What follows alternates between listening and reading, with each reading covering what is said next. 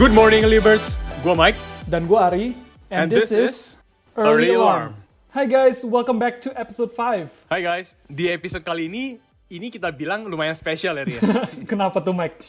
Jadi kemarin ini tuh ada beberapa yang penasaran. Soalnya kita bilangnya kita berempat, tapi yang ngomong cuma kita berdua. Yoi, nah jadi di episode ini tuh kita bakal ngomong bertiga ya Mike. Iya. As requested by beberapa orang. Mungkin sedikit background ya. Dia itu bisa dibilang mentor kita ya. Yoi man. Jadi ya dia yang paling experience lah ya Mike di macroeconomics di antara kita. Dan dia tuh dulu sering banget share pandangan-pandangan dia yang kita juga sebelumnya tuh nggak kelihatan atau ya nggak sadar lah.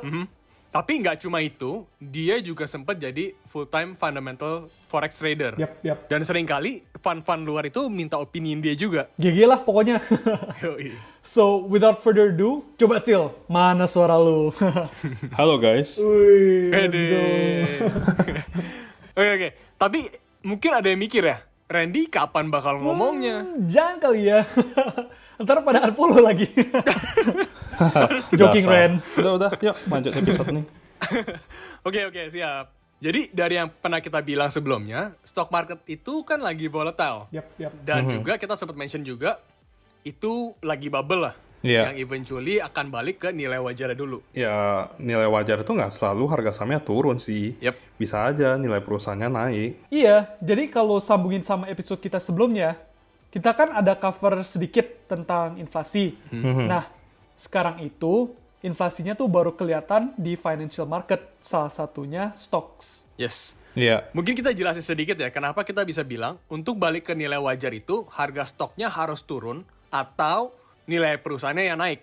Soalnya pasti langsung mikir nih, kalau misalnya nilai perusahaannya naik berarti bagus dong. Ya itu mah kelihatannya doang bagus. Kita harus mikir lagi, itu perusahaannya nilainya naik.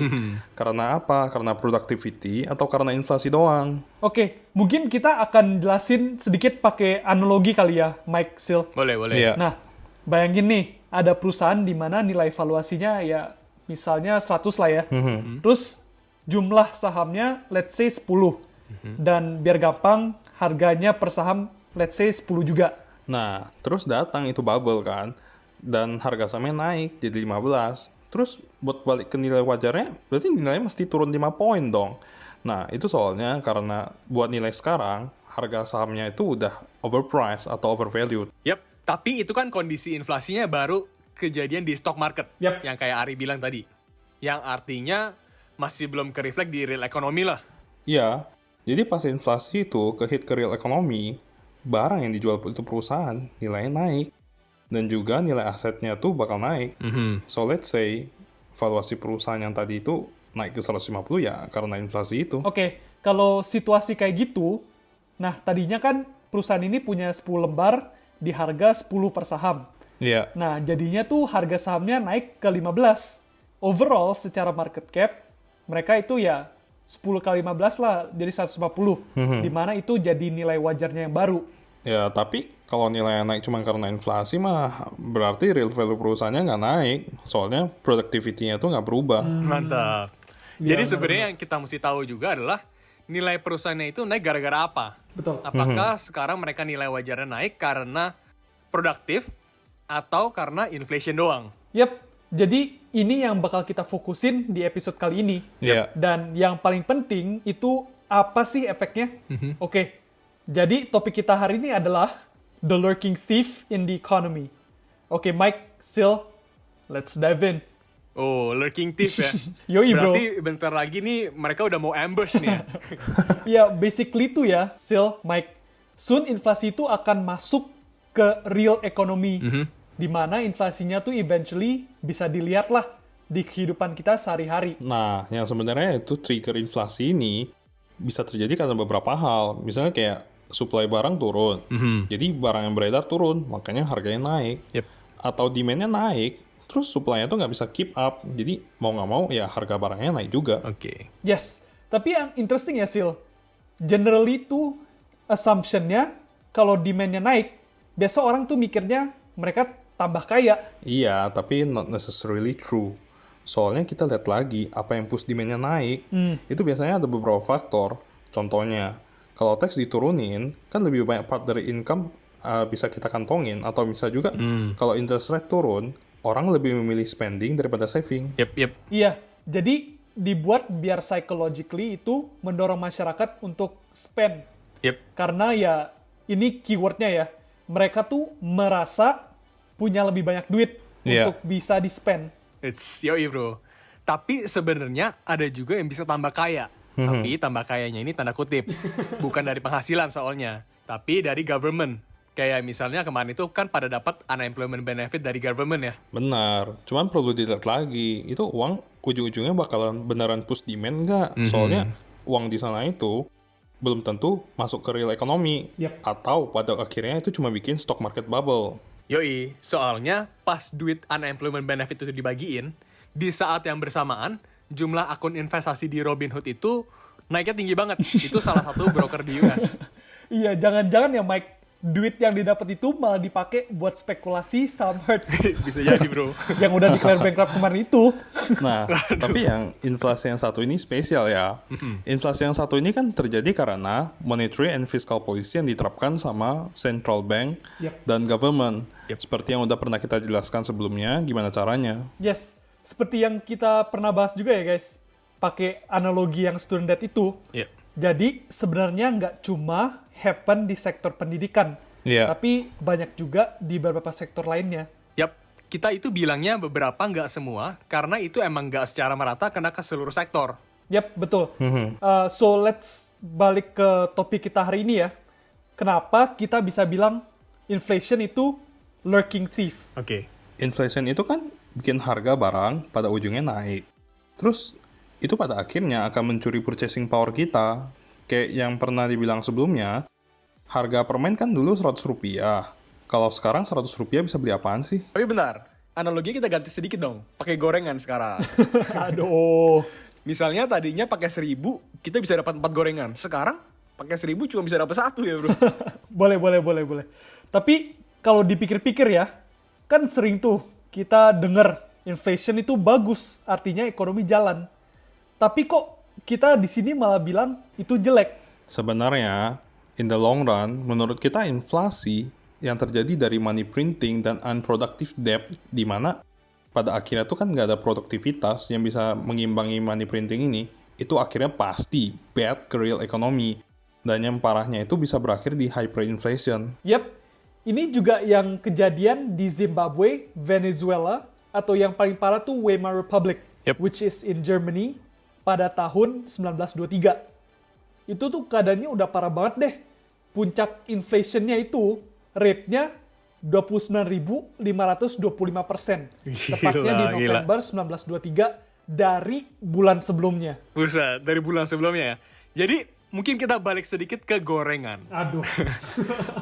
Misalnya hari ini harga gorengannya itu 1.000. Nah, Bulan depannya harganya itu jadi 295.000. Kenapa sih dari tadi pengen gorengan dulu? PSBB bro, apa juga jadi ngidem. ya udahlah. Tapi balik lagi. Yang paling kasihan itu orang-orang yang udah nabung seumur hidup buat pensiun ya. Iya, gila banget. Tapi ya at the end purchasing power mereka itu dicolong gitu aja karena harga, ya balik lagi harga barang yang naik gila-gilaan itu. Iya, parah banget ya. Iya men. Nah, kalau gitu Sil, menurut kita yang lebih oke buat ekonomi itu apa? Natural state of economy harusnya menurut kita ya deflasi. Di mana kebalikan dari inflasi terjadi penurunan harga barang atau increase in purchasing power. Yoi, yang ujungnya itu naikin standard of living hasil. Iya. Mungkin kita pakai contoh ya. Paling gampang itu contohnya pakai handphone ya bro. Yes, boleh. Nah, coba deh ingat-ingat. Dulu itu handphone dikategoriin barang yang mahal atau barang yang mewah lah. Dan cuma beberapa orang doang yang punya. Yoi. Iya. Sekarang lu lihat semua orang bisa pakai HP. Bahkan tukang gorengan kesayangan lu juga udah pegang HP. Ya ini ya karena banyak banget lah HP yang udah oke, tapi harganya secara real terms terbilang murah kalau dibanding zaman dulu. Nah, kok bisa gini? Jawabannya tuh simple. Kalau di dalam free market, itu semua company, mereka akan berlomba-lomba buat ngasih kualitas barang yang lebih bagus, terus cost-nya tuh lebih kecil. Well said. Jadi ujung-ujungnya sebenarnya company bisa lebih efisien, di mana cost-nya mereka jadi lebih rendah. Nah di sini itu kita bisa lihat free market itu bisa lebih sehat sebenarnya, di mana sekarang ini bisa dibilang too much government intervention lah. Yeah man, pretty much. Iya, jadi karena ada government intervention, itu terjadi wealth gap.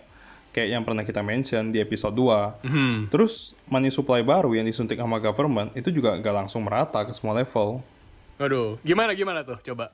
Jadi unemployment benefit emang dikasih ke yang unemployed. Yap. Tapi karena yang mau dibangkitkan tuh emang dari ekonominya, otomatis yang disuntik lebih besar itu ke bisnis-bisnis besar lewat financial market. Yap. Misalnya kayak dari bonds atau stock market.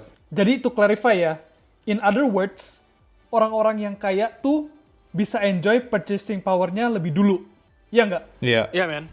Jadi pas bisnis-bisnisnya itu udah selesai produksi atau udah jadi end produknya, inflasi itu udah mulai tercermin di real economy. Dan pada akhirnya end buyer-nya atau masyarakat itu nggak bisa enjoy the same benefit lah. Iya. Nah, tapi kita moving dulu ya to our next point yang krusial juga. Oke. Seringkali orang nggak mikirin apa sih itu inflasi dan efeknya ke investasi itu apa. Mereka cuma ngelihat return yang mereka dapatkan. Iya men. Jadi banyakkan orang tuh cuma fokus sama bunga atau interest atau capital gain yang didapetin. Yep. Basically mereka tuh cuma mikir, oke, gue udah dapet sekian nih dari sini. Jadi ya udah. Ya mungkin yang paling gampang itu dilihat di fixed return ya. Yap. Kayak misalnya deposito. Misalnya rate deposito itu 5% bersih. Oke. Orang itu pasti mikirnya, oke, gua setelah ini gua bakal 5% lebih kaya. Iya. Padahal kalau dilihat sebenarnya purchasing power dari bunga itu 5% itu akan dicolong juga sama inflasi. Apalagi tuh ya bro, kalau duitnya tuh cuma nganggur di bank ya. Iya. Iya, men. Tapi ya, gue sering dengar kalau lu invest ke stock market pas lagi krisis, itu pasti untung. Mereka juga believe nanti begitu selesai recovery, stocks-nya bakal bounce back. Tapi masalahnya recovery kapan ya, bro ya? Nah itu dia. Soalnya Jerome Powell aja ngomong dia mau tahan rate sampai 2022. Iya. Mungkin yang belum dengar bisa dengerin dulu di episode 4 kita sebelumnya. Boleh lah. Tapi selain itu ada juga yang ngomong ya, Mike. Kalau nggak ada recovery nih, Fed juga eventually akan support lagi dengan print money terus. Nah, kalau gitu kan pasti naik juga dong. Karena pemikiran mereka tuh ujung-ujungnya bubble-nya itu akan dibuat lagi di stock market. Tapi yang sering kali jadi problem itu ya, balik lagi, orang cuma ngeliat capital gain, mereka nggak mikir. Kalau money printing tuh lebih gila lagi dari sekarang, itu lama-lama bisa jadi hyperinflation. Ujungnya growth sahamnya itu kalah sama tingkat inflasinya ya. Yap. Tapi hasilnya, mungkin lu kepikiran nih, inflation itu kan dari tadi kan kita ngomong di US. Kalau di negara-negara lain aman dong. Nggak juga. Soalnya kan ada transaksi ekspor-impor juga antara negara. Yep. Terus ada juga transaksi jual-beli government bond. Ujung-ujungnya, inflasi juga akan ngalir ke negara-negara itu. Belum lagi negara lain, mereka juga ada polisi yang sama kayak di US sekarang. Yap, jadi eventually tuh ya, purchasing power di negara-negara lain juga bakal dicolong. Yes, inilah kenapa kita fokusnya di macroeconomics. Karena semuanya itu berkaitan. Oke, tapi ya Sil, kalau inflation sekarang belum ke-reflect di kehidupan sehari-hari, gimana nih cara para early birds save themselves from the lurking thief, aka inflation? Tadi kan kita udah sempat bahas tentang win-win scenario di saham. Tapi sebenarnya ada yang beneran win-win lagi, yaitu di gold. Atau gold-related asset. Nah, itu di mana juga kita berempat lagi chip in. Yap. Yoi. Tapi balik lagi, ini opini dan analisis kita ya. Tapi secara singkatnya gimana tuh, Sil? Jadi, karena kondisi monetary policy sekarang ini, gold itu sangat undervalued compared to jumlah dolar yang beredar dengan pertambahan money supply. Oke. Tapi mungkin ini bisa kita bahas lagi lebih detail di future episode ya. Mantap. Jadi, the one safe haven yang tetap aman di kondisi seperti ini, itu ya gold ya. Iya. Karena ya kayak yang udah di-mention juga sebelumnya, eventually itu bakal menyebar juga ke negara lain. Nah, akhirnya tuh inflation happens juga di negara-negara mereka yang membuat mata uang mereka tuh melemah. Oke, tapi mungkin cukup dulu untuk episode kali ini ya. Oke, Sil, your time to shine ya. Take it away, bro. Asik, asik. Gua? Iya dong, bungkuslah. Ayolah. Ya, oke. Jadi, dari final take kita itu, inflasi biarpun kelihatannya bagus di short run, Karena kita bisa take advantage dari bubble-nya, kayak memperkaya kita sendiri, atau naikin purchasing power kita. Tapi kondisi kayak gini in the long run, nggak akan bagus buat ekonomi. Harusnya, natural state buat ekonomi itu deflasi. Di mana purchasing power kita naik karena standard of living kita juga naik. Nah, terus contohnya tuh kayak handphone yang tadi. Yes, jadi untuk kedepannya, kalau kalian mau investasi ya, coba pahamin deh naiknya itu kenapa sih? Iya. Dan kedepannya kondisi inflasi itu seperti apa? Karena ya jangan sampai kecolongan purchasing power sama the lurking thief. Well said, bro. I guess that's it for today ya. Boleh juga nih si Sylvin ngomongnya. Mungkin di future episode harus ngomong lagi nih. Harus dong. Baby, mungkin next time kita ajak Randy ya. Ya, Boleh. boleh. Tapi like always, di sini kita bukan untuk kasih investment advice. Di sini kita cuma mau bagiin analisa kita untuk memperluas wawasan para early birds. Yes, and as always, hopefully bermanfaat untuk kalian semua ya. And if so, stay tuned for our future episodes and Thank you for listening.